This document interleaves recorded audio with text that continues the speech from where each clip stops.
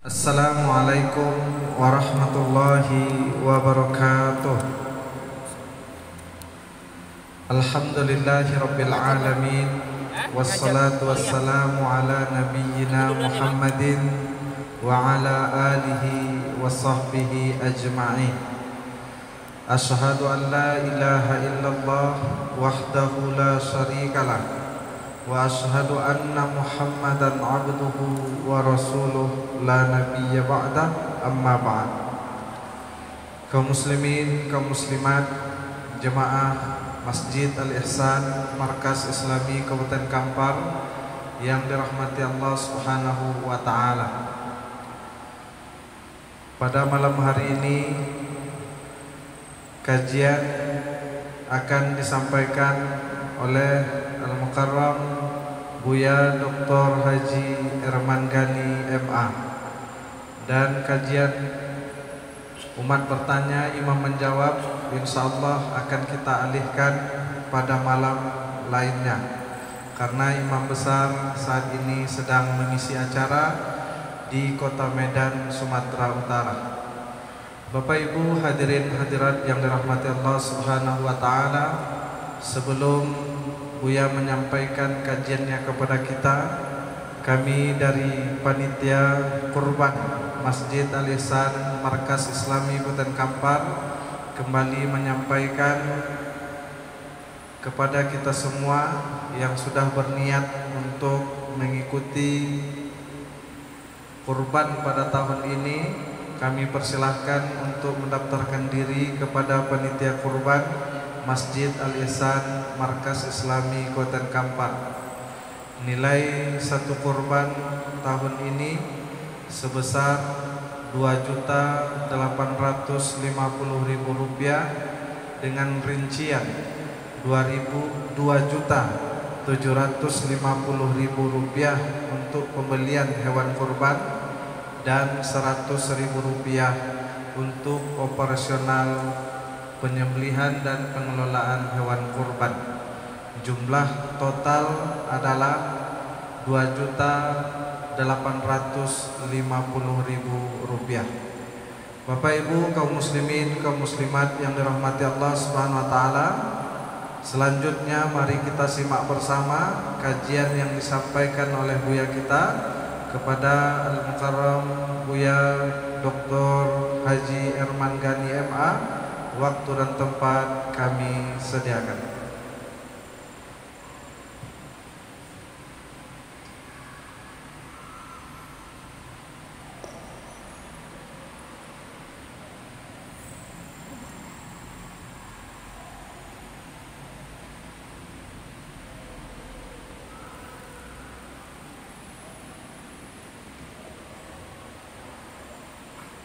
Bismillahirrahmanirrahim. Assalamualaikum warahmatullahi wabarakatuh.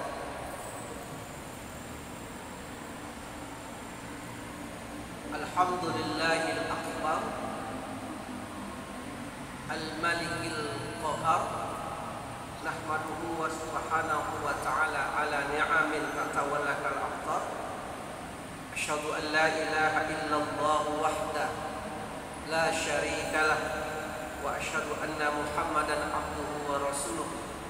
Allahumma salli ala sayyidina Muhammadin wa ala alihi wa sahbihi ajma'in, amma ba'd. Bapak-bapak, ibu-ibu, kaum muslimin, jemaah salat maghrib yang dimuliakan Allah Subhanahu wa taala. Pada maghrib ini kita akan membahas tentang masalah problematika hukum keluarga Islam. Jadi tema kita adalah bahasan tentang problematika hukum keluarga Islam. Selama lebih kurang 15 menit sampai 20 menit kami menyampaikan materi. Kemudian sisanya menjelang masuk waktu sholat Isya kita buka tanya jawab.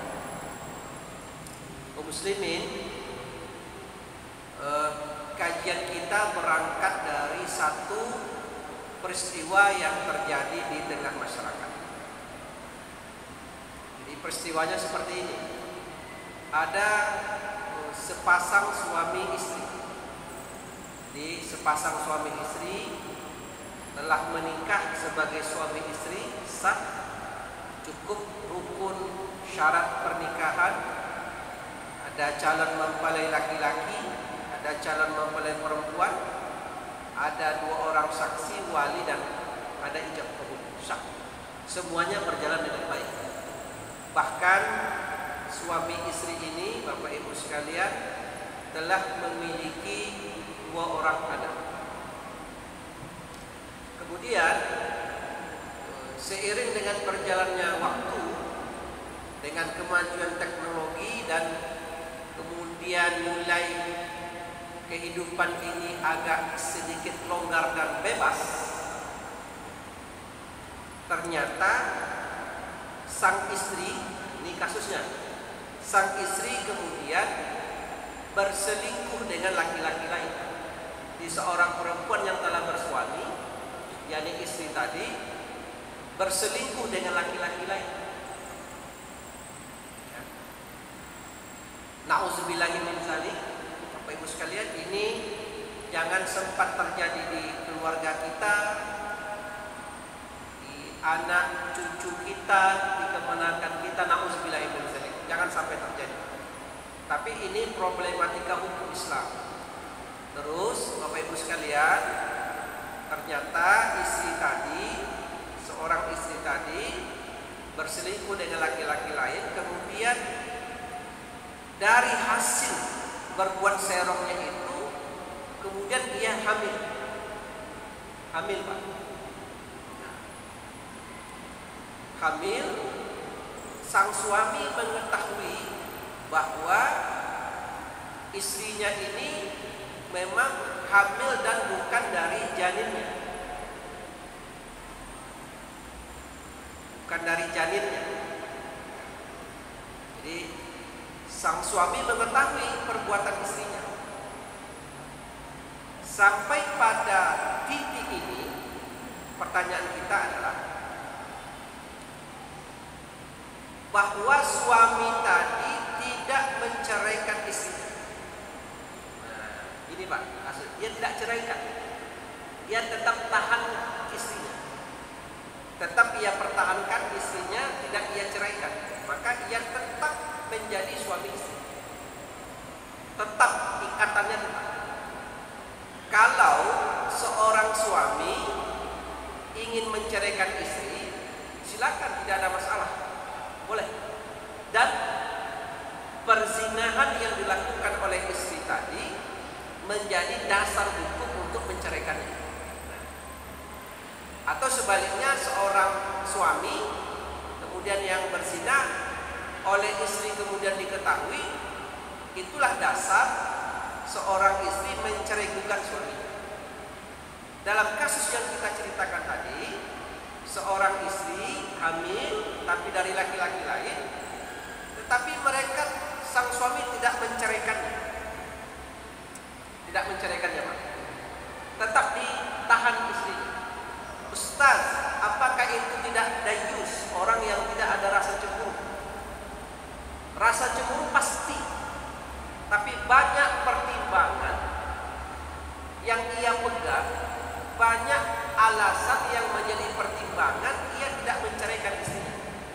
Banyak faktor lah, mungkin karena anak-anaknya masih kecil, mungkin karena faktor pandangan politik. Kebetulan ia sebagai public figure, apa kata orang, dan seterusnya dan seterusnya dan seterusnya. Inna'udzubillahi min dzalik. Jangan sampai terjadi di. Pertanyaan kita adalah, Bapak Ibu sekalian, bolehkah ia tetap mempertahankan istrinya? Jawabannya tentu boleh. Jadi kalau orang itu tetap mempertahankan istrinya, jangan bapak pula tiba-tiba datang ke rumahnya, coba anda engcau ya bini wa, tak usah pula, biarkan saja. Ya, jangan kita pula petantang petenteng datang ke rumah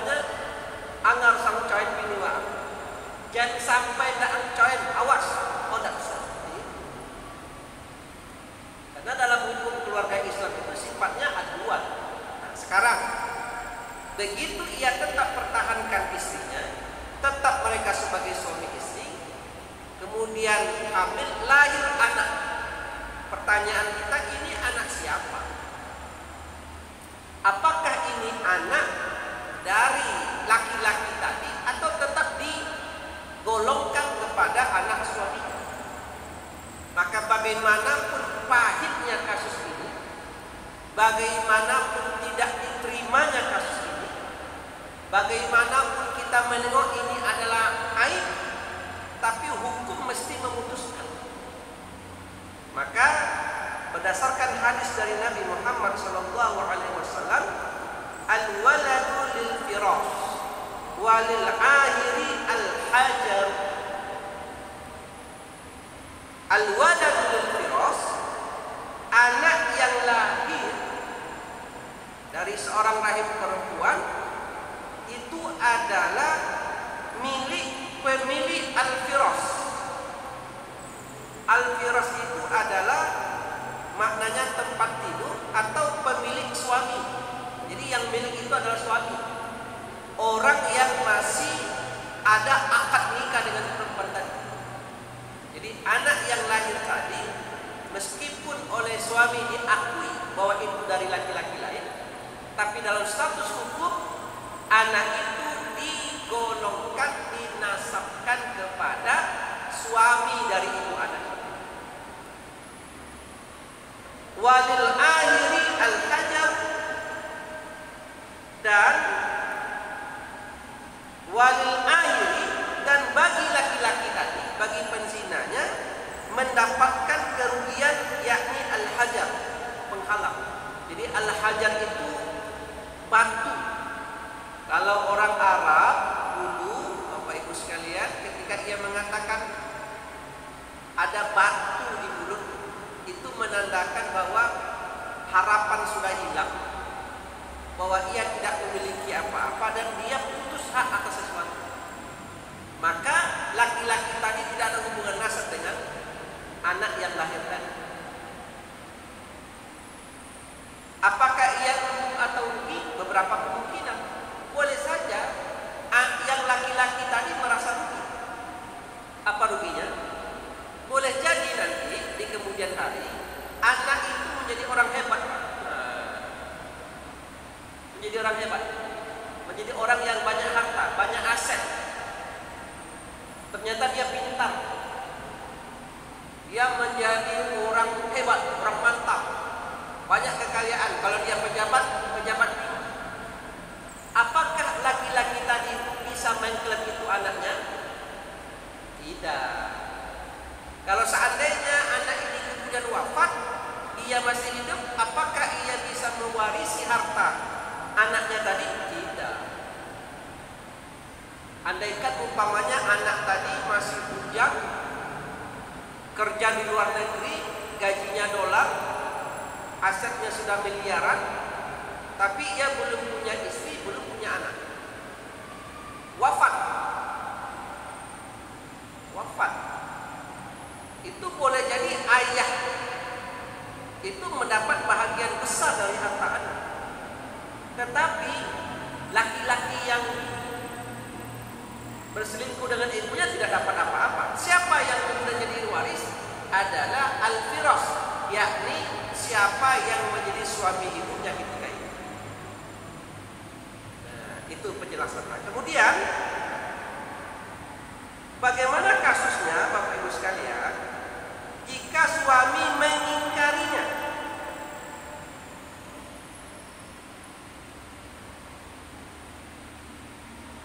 Jadi kalau tadi suami, ya, kalau tadi suami mengakui bahwa anak tadi lahir dari hasil perselingkuhan dengan orang lain, tapi tetap ia terima, maka anak itu lahir nanti adalah anaknya.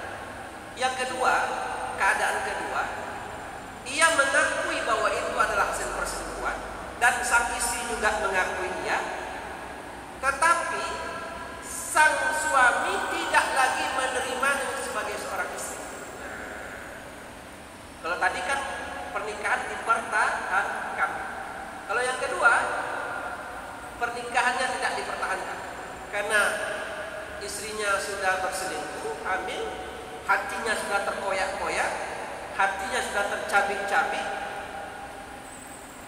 kemudian ia ceraikan istrinya.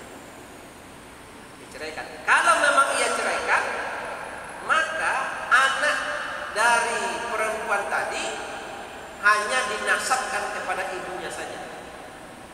Tidak dinasabkan kepada suami dari ibunya karena ia telah menceraikan. Karena ia telah menceraikan. Kasus yang kedua, suami menuduh.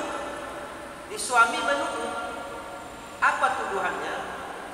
Suami menuduh bahwa janin yang ada dalam rahim istrinya bukan janinnya. Ini bukan saya ini. Anak ini bukan anak saya. Saya yakin bukan anak saya. Bahkan saya telah menengok engkau keluar dari satu kamar di hotel. Saya yakin ini bukan anak saya. Tetapi sang istri lagi. Istri berkeras mengatakan bahwa ini memang anak abang. Kata abangnya tidak. Kata istrinya iya. Nah, ini ceritanya. Nah, ini berat lagi kasusnya, Pak. Yakni kalau suami mengatakan bahwa anak yang dalam janin ini bukan anaknya, itu artinya suami menuduh istrinya berzina. Tetapi sang istri tetap mengatakan ini anak abang. Kalau kasusnya seperti ini, maka terjadi proses li'an. Apa itu li'an? Li'an kita temukan dalam khazanah fikih kita, itu ada istilah li'an. Li'an itu asal katanya laknat, saling melaknat. Ditemukan masalah ini dalam surah An-Nur ayat 6, ayat 7, ayat 8 dan ayat 9 tentang li'an. Jadi suami istri yang saling menuduh, Pak. Jadi suami menuduh istrinya itu berzina. Jadi kemudian suami yakin, cuman ia tidak memiliki bukti. Tidak ada bukti.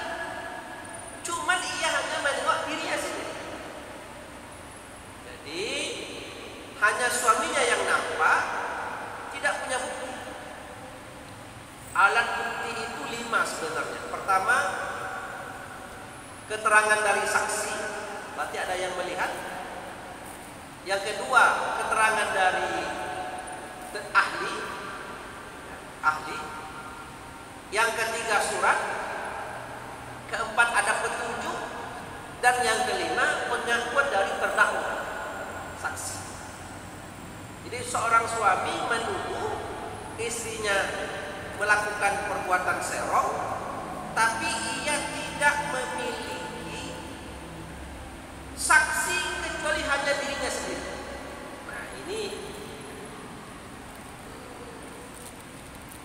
kalau perbuatan menuduh itu dilakukan ke perempuan lain yang bukan istrinya, tapi ia tidak bisa membuktikan bahwa orang itu berzina, itu namanya qazaf.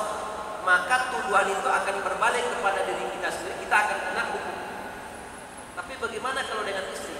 Nah, karena ini adalah istrinya sendiri, Al-Quran mengatakan wallazina yarmuna azwajahum, dan orang-orang yang menuduh istrinya berzina, walam yakul lahum syuhada'a, padahal ia tidak mempunyai saksi-saksi illa anfusuhum, kecuali dirinya sendiri. Fasyahadatu ahadihim arba'u syahadatin billah. Maka seorang suami yang menuduh tadi mesti ia bersumpah 4 kali. Fasyahadatu ahadihim arba'u syahadatin billah.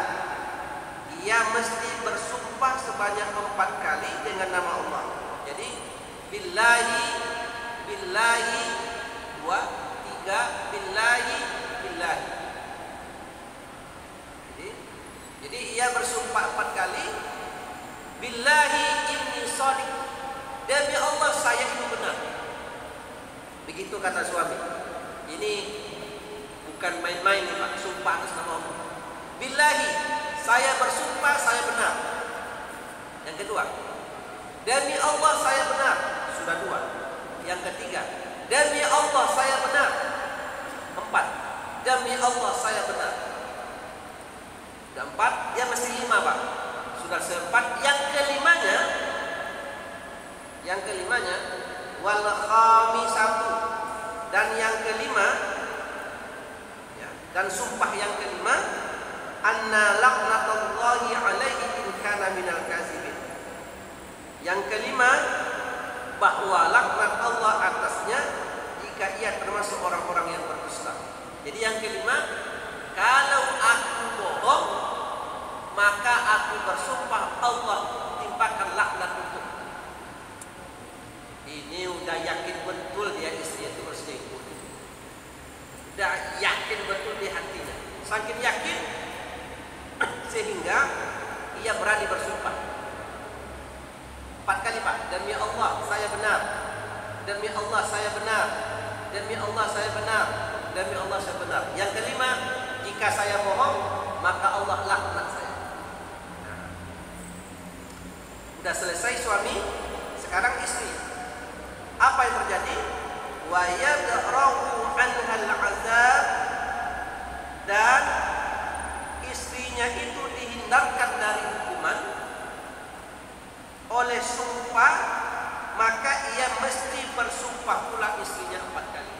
Karena dalam posisi tadi suami menuduh sementara istri mengingkari. Maka supaya istrinya ini mengingkari, terbukti bahwa ia tidak melakukan, maka sang istri bersumpah pula 4 kali. Apa sumpahnya? Maaf, istrinya bersumpah 5 kali. 4 dari yang 5 itu billahi, demi Allah suami saya bohong. Yang kedua, demi Allah suami saya bohong.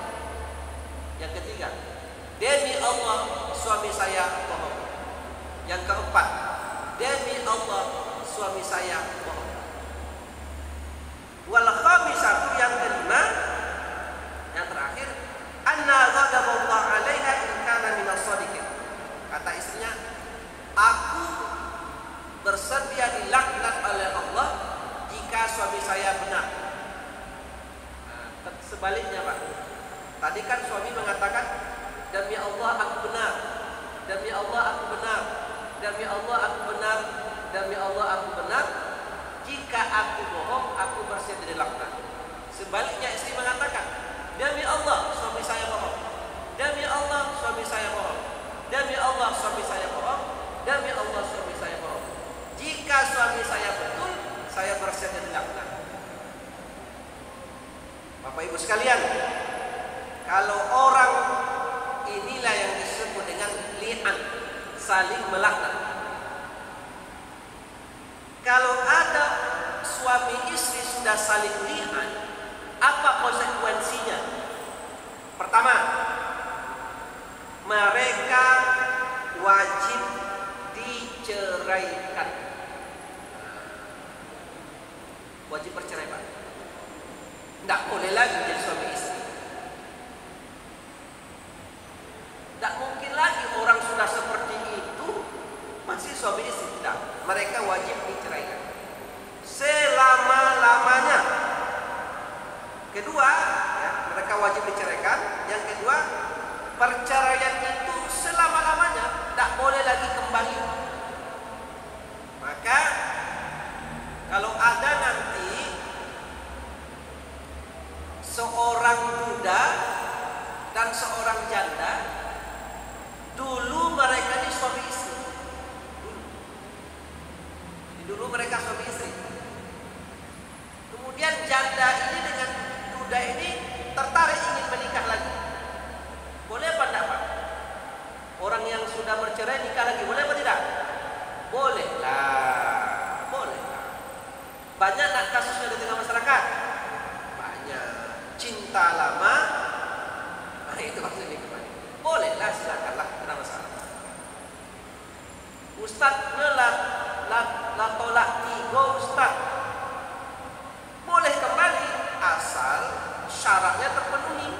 Istrinya menikah dengan laki-laki lain, kemudian diceraikannya, kemudian kembali ke diri, boleh. Tapi kalau li'an, begitu mereka ini menikah, tetapi diketahui bahwa sebab dulu mereka ini bercerai karena faktor li'an, maka mereka tidak boleh menikah selama-lamanya. Tidak boleh lagi, Pak. Kalau andaikan terjadi mereka menikah setahun 2 tahun, kemudian ada orang melihat, apa tuh joetek tuh lelaki bini balik. Lah, tak tahu kalian lah setahun lebih mah. Masya Allah, kata bapaknya, ini orang dulu di pengadilan agama li'an. Kalau begitu mereka wajib difasakh, nikahnya mesti dibatalkan. Begitu keras ya Pak. Jadi terjadi perceraian dan terjadi pengharaman selama-lamanya. Istri yang dituduh berzina, istri yang dituduh berzina tadi yang kasus li'an, ia masih berhak atas mahar. Kemarin kan waktu menikah mereka ada mahar, maka mahar itu sah, tetap menjadi milik istrinya. Dan nafkah-nafkah yang telah diberikan, umpamanya dia menghadiahi rumah, ada harta bersama, itu masih milik dia, itu tak boleh diambil ya, itu menjadi miliknya. Kemudian anak yang ada dalam rahim perempuan tadi, anak tadi dinasabkan kepada istri yang dili'an tadi, sudah tanggal hubungan dengan suaminya. Karena Nabi Muhammad SAW pernah meminta sumpah li'an atas kasus suami istri, lalu beliau meniadakan meniadakan nasab, tidak menasabkan anak tadi kepada ayah atau suami li'an ibu ini, tapi dia hanya bernasabkan kepada ibu kandungnya saja. Yang kelima, akibat dari kasus li'an tadi adalah saling mewarisi hanya terjadi antara anak tadi dengan ibunya. Kalau anak ini nanti lahir perempuan, maka begitu nanti menikah, maka dia as-sultan wali liman la waliyalah. Maka yang menjadi walinya adalah pemerintah. Dalam hal ini sultan. Sultan itu penguasa yang dinikahkan oleh penguasa. Kalau kita di Indonesia, siapa yang menikahkannya? Presiden. Presiden yang menikahkan anak seperti tadi. Oleh presiden diwakilkan ke Menteri Agama. Menteri Agama diwakilkan ke Kadul Kemenang. Kadul Kemenang diwakilkan ke Kementerian Agama. Kakak Kemenang wakilkan ke KUA. Apa KUA lah yang terakhir? KUA jangan wakilkan pula lagi, cukuplah. Dia lah yang harus menikahkan. Nah, Bapak Ibu sekalian, jadi kembali kita ke cerita awal. Itulah yang bisa cara menyelesaikan kasus seorang anak yang lahir dari seorang ibu yang ternyata ibu ini statusnya masih istri dari seseorang.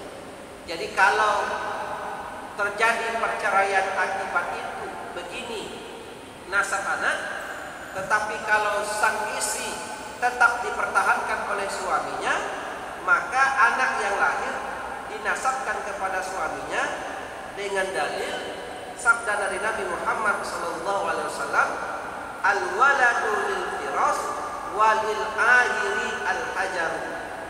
Anak yang lahir adalah pemilik dari kasurnya, yakni suami, dan orang yang melakukan perselingkuhan itu terhalang mendapatkan apapun dari anak yang lahir. Wallahu a'lam bishawab. Ini pengantar dari kami. Sebelum dilanjutkan penjelasannya, kita buka tanya jawab kalau memang ada. Dipersilakan menjelang masuk waktu sholat Isya. Silakan Pak. Kita masih ada waktu sekitar 10 menit. Ada mic, Ustaz?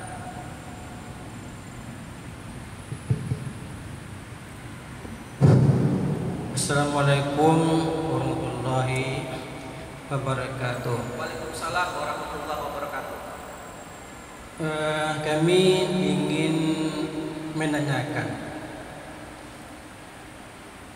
tujuan kita berumah tangga adalah untuk membina rumah tangga bahagia dan sejahtera. Jadi setiap suami berkewajiban memberi nafkah kepada anak dan istrinya. Jadi karena perekonomian semakin sulit, si suami ini pergi bekerja ke negara lain atau menjadi TKI. Padahal suami ini sebelum dia berangkat ke luar negeri bekerja, dia berpesan, jangan kamu keluar rumah jikalau saya tidak di rumah atau saya selama bekerja di luar negeri. Itu pesan suami.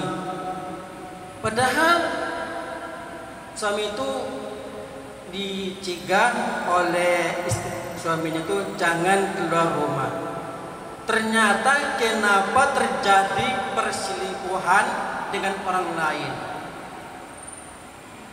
Karena itu setelah balik dia dari luar negeri, dia minta cerai istrinya. Si suami ini tidak mau, tetapi istrinya tetap bersikukuh mau bercerai. Dengan berapa cara aja suami ini tetap mengatakan, kalau kamu ingin cari jua, saya ingin memberikan syarat. Pertama, engkau pergi ke kampung kamu, baru saya carikan. Yang kedua, pindah engkau ke agama lain selain Islam. Apakah ini bisa dijadikan suatu alasan untuk bercerai? Kenapa? Terlena pula kami mendengarkan ceritanya. Jadi pertama, soal yang saya tangkap pertama itu soal memesankan sejak selama abang di rantau, selama abang pergi merantau ke negeri orang, engkau tidak boleh keluar rumah. Ya, engkau tidak boleh keluar rumah itu harus jadi catatan juga, Pak. Apakah memang tidak boleh keluar rumah sampai keluar pintu atau dalam kamar aja? Itu kan bagaimana mau belanja untuk mencukupi kebutuhan anak. Minimal kalau suaminya ngirim duit, tentu nak ke ATM juga kita ngambil duitnya kan. Maka dalam konteks itu Al-Quran mengatakan wa asyiruna bil ma'ruf. Ini Al-Quran ini. Dalam hukum-hukum keluarga, ayat-ayat tentang hukum keluarga itu adalah kalimat wa'ashiruhunna bil ma'ruf, dan pergaulilah istrimu di dunia ini, pergaulilah, ashiru, hiduplah kamu dengan istrimu itu secara ma'ruf. Apa itu ma'ruf?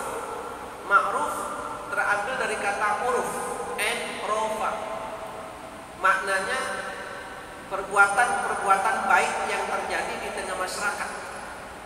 Jadi kita mesti bergaul dengan istri dengan perbuatan-perbuatan yang baik yang terjadi di tengah masyarakat, sepanjang tidak bertentangan dengan syariat boleh. Supaya umpama istri belanja di kedai gang depan rumah, itu kan wajar. Atau pergi sebentar ngambil duit di ATM, itu tidak apa-apa. Atau pergi beli pulsa, itu kan sesuatu yang baik. Kemudian ya, itu kan batasan. Tapi tinggal bangkinang beli pulsa ke Padang, itu tidak. Tinggal bangkinang belanja lauk ke Edi, padahal bangkinang banyak, itu tidak. Itu keluar dari kebiasaan. Soal sebab-sebab orang bisa mengajukan perceraian. Ya. Sebab-sebab orang boleh mengajukan perceraian. Kalau mendengarkan dari cerita bapak tadi, begitu pulang dari rantau, begitu suami tiba di kampung halaman, kemudian istri yang mengajukan cerai, namanya cerai gugat. Jadi kalau istri yang mengajukan namanya cerai gugat. Istri menggugat suaminya untuk terjadi perceraian. Apakah seorang istri bisa mencerai gugat suaminya? Bisa, kalau gugatan itu masuk ke alasan-alasan yang dibenarkan. Di antaranya apa? Pertama, suami tidak memberikan nafkah selama 6 bulan berturut-turut. Nafkah, atau meninggalkan tempat kediaman bersama, atau menyakiti badan istri, atau suami melakukan perbuatan melawan hukum di mana ia dihukum di atas hukuman di atas 5 tahun, atau terjadi khusus pertengkaran yang terjadi antara suami istri. Itu alasan-alasan yang ia buat untuk mengajukan cerai gugat ke pengadilan. Ya. Jadi kalau istri itu ingin bercerai, tentu 1000 alasan bisa dimuat dalam surat gugatan. Tetapi kalau seorang istri mencerai gugat suaminya tanpa alasan yang kuat, tanpa alasan yang dibenarkan, tanpa alasan yang ada secara syarak, ini hati-hati nih. Seorang istri minta cerai ke suami, menggugat ke pengadilan, tapi alasannya tidak dibenarkan oleh syarak, maka wanita ini jangankan masuk surga, merasakan bau surga saja Allah haramkan. Dan suami, kalau nanti istri mengajukan cerai gugat dan terjadi perceraian, tidak ada pula hak suami ini mengatakan engkau tak boleh tinggal di kampung ini, engkau tak boleh begini, begini dan begitu, engkau mesti pindah agama lain, engkau itu bukan hak kita pula. Ya kalau kita sudah ceraikan, apa kata dia lah, karena bukan milik kita lagi. Jadi perkara-perkara seperti itu, Bapak Ibu sekalian, adalah perkara yang diajukan ke pengadilan dengan syarat-syarat yang sangat ketat. Dan pengadilan begitu orang datang mengajukan perceraian, Pak, tidak semerta-merta diceraikan. Akan terjadi mediasi. Dan hakim setiap kali sidang akan mengajak dan menganjurkan suami istri untuk damai kembali seperti suami istri sedia kala. Setiap kali sidang. Ya, silakan Pak. Ya.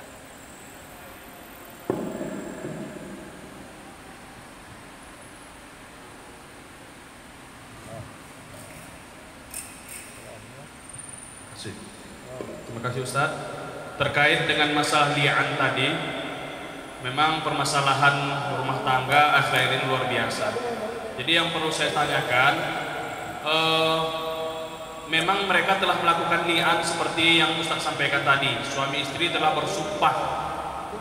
Kemudian memang dalam berjalannya waktu, istri dan suami ini tidak berumah tangga lagi. Artinya suami tidak beristri, istri tadi tidak bersuami dengan orang lain. Beberapa tahun setelah itu, barangkali mungkin 10 tahun, mereka bertaubat. Artinya memang dulu itu mereka mengakui kesalahan dan sama-sama bertaubat. Apakah dengan taubat ini boleh menikah lagi atau tidak? Ani, terima kasih Ustaz. Jadi kalau masing-masing pihak, berarti kan mereka tidak ada hubungan suami istri lagi, bahwa ini laki-laki taubat kepada Allah, alhamdulillah, bagus. Dan setiap kita mesti taubat kepada Allah. Istri kemudian taubat kepada Allah, silakan. Tapi dalam konteks hukum perkawinan, mereka selama-lamanya tidak boleh menikah lagi. Taubat tak taubat tidak boleh. Walaupun jadi orang habis Quran sudah menyesal, ya menyesal. Tapi dalam hukum ini terikat tidak boleh kembali selama-lamanya. Itu tidak mungkin Pak. Orang yang melaknat itu bukan main-main. Tidak. Ya Pak ya, selama-lamanya tidak. Silakan Pak. Mic-nya Ustaz, mic.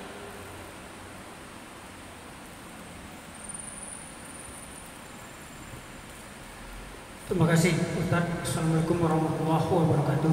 Waalaikumsalam warahmatullahi wabarakatuh. Izin bertanya Ustaz. Silakan Pak. Pertama, saya tanyakan fungsi dari pengadilan itu sendiri. Karena selama ini terkesan pengadilan agama itu kebanyakan menceraikan, jarang banyak yang memperbaiki. Nah, salah satunya. Kemudian seperti yang Ustaz sampaikan tadi, banyak istri menggugat suami cerai. Kadang-kadang alasannya karena suami menikah lagi. Itu yang pertama. Kemudian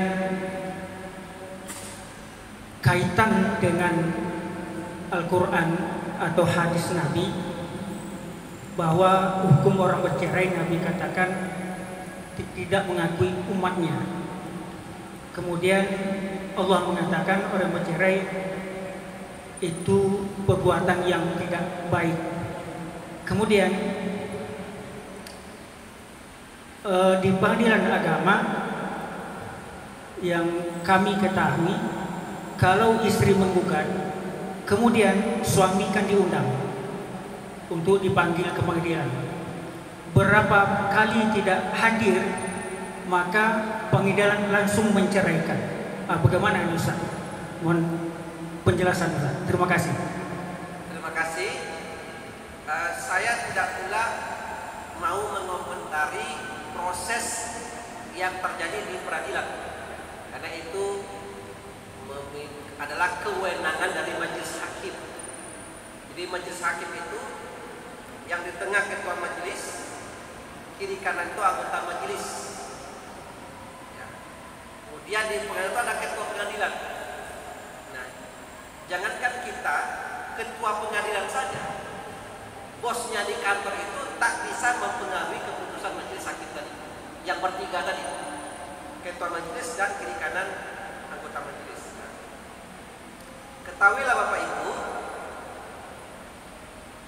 kita umat Islam Indonesia ini dihadiahi satu pengadilan, namanya pengadilan agama, yang khusus untuk kita orang Islam. Itu namanya azaz personality keislaman.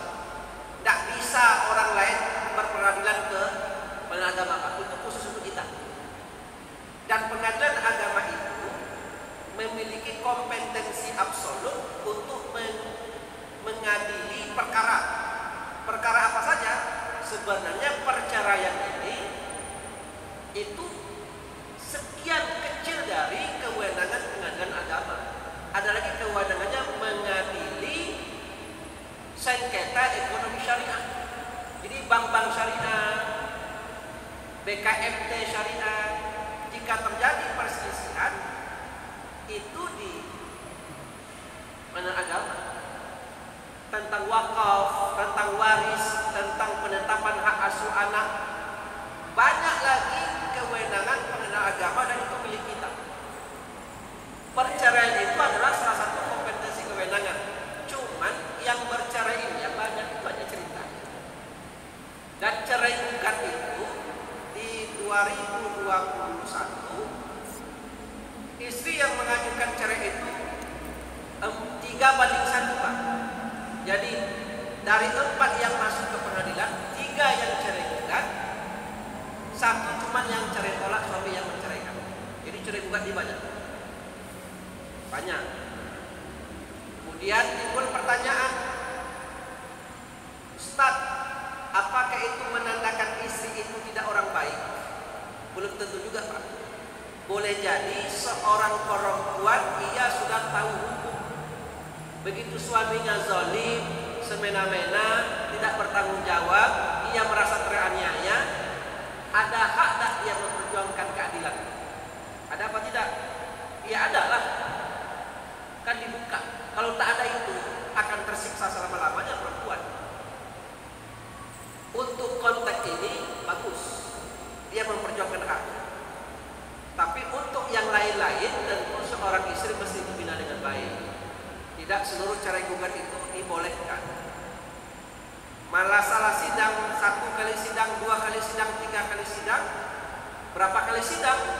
Di internal peradilan ada proses yang itu dilakukan sesuai dengan edaran Mahkamah Agung. Tapi yang jelas Bapak Ibu sekalian, apapun kejadiannya, suami istri ini mesti menjaga rumah tangga ini dengan baik. Suami tahu hak, istri juga tahu hak. Dan perceraian itu terjadi bukan hanya faktor ekonomi, Pak. Bukan karena ekonomi susah. Banyak juga orang yang kaya